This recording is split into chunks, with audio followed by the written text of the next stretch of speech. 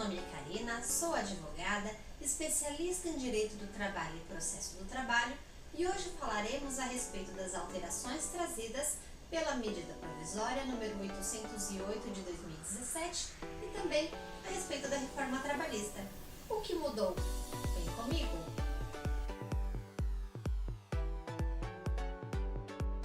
Hoje nós falaremos a respeito do profissional autônomo. E aí vocês vão me perguntar, Karina, já não existe aqui no canal do Arruda Advocacia um outro vídeo com o mesmo título, tratando a respeito do profissional autônomo?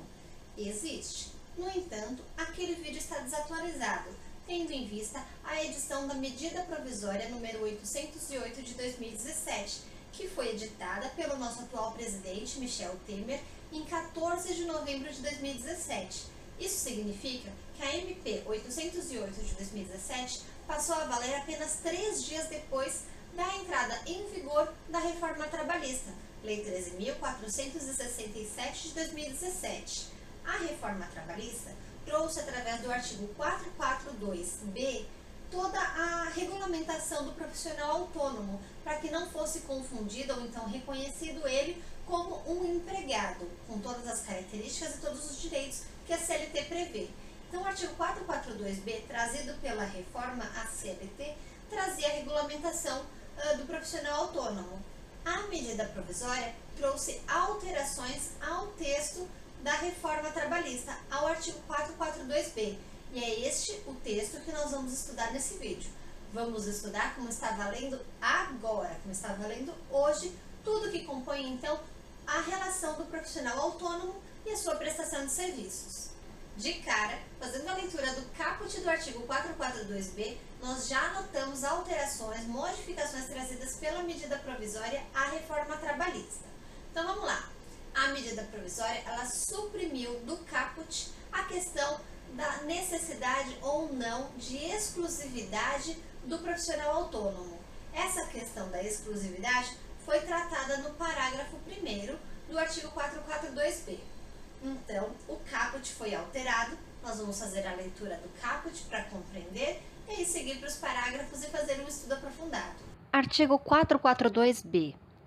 A contratação do autônomo, cumprida por este todas as formalidades legais, de forma contínua ou não, afasta a qualidade de empregado prevista no artigo 3º desta consolidação. Então, ainda que o profissional ele atue de forma contínua, sendo respeitadas todas as regularidades, tudo que prevê a lei específica, este profissional autônomo não poderá ser reconhecido como empregado. E aí o caput cita o artigo 3º da CLT. O que o artigo 3º prevê? Prevê que serão considerados então como empregados, fazendo jus a tudo que a CLT prevê, todo aquele profissional que atuar com 4 características, ou seja, estando essas 4 características presentes naquela relação, será considerado então emprego, uma relação de emprego, e aquele profissional poderá pleitear o vínculo como empregado. E quais são essas 4 características?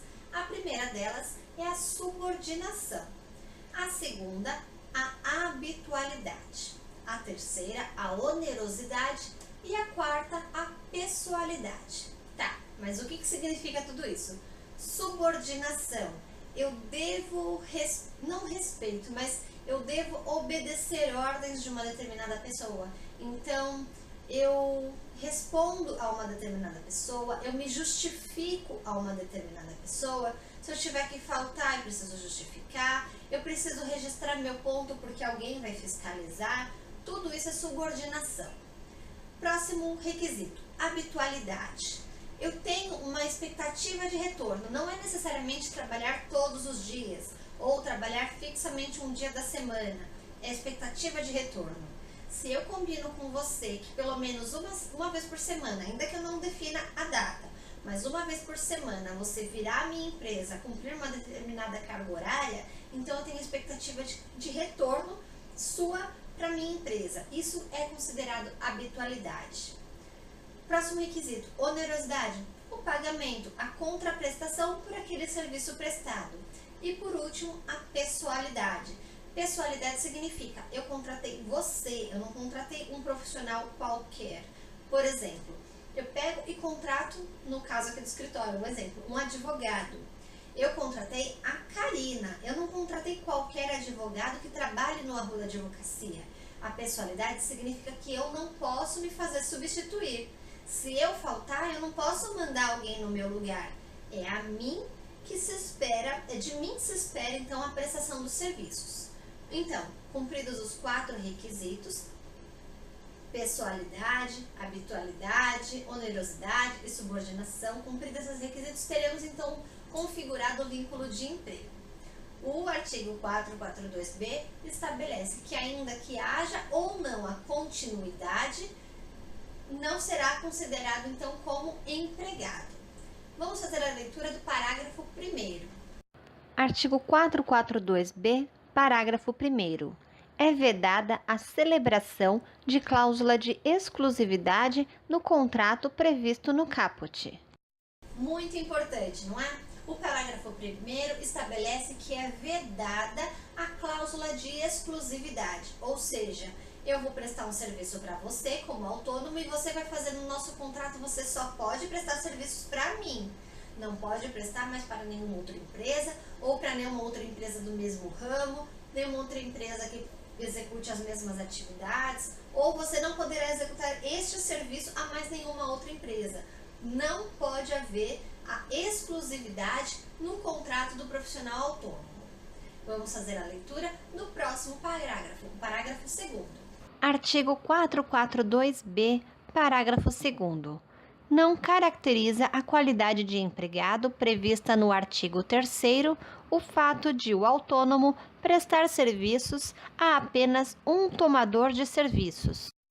Muito era utilizado como argumentação de requerimento de vínculo de emprego o fato daquele profissional até então autônomo pedir o vínculo de emprego alegando que trabalhava exclusivamente para uma determinada empresa.